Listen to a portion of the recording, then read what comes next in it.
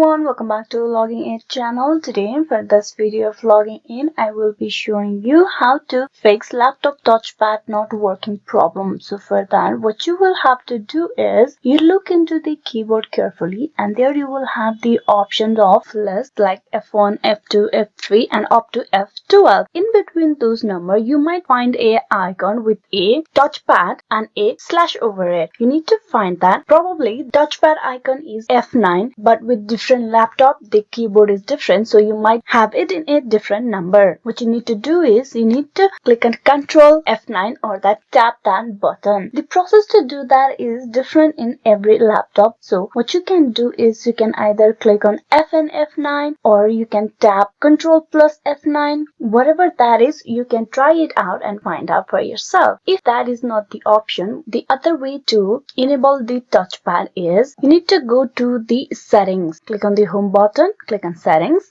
You just need to open your setting and then click on devices.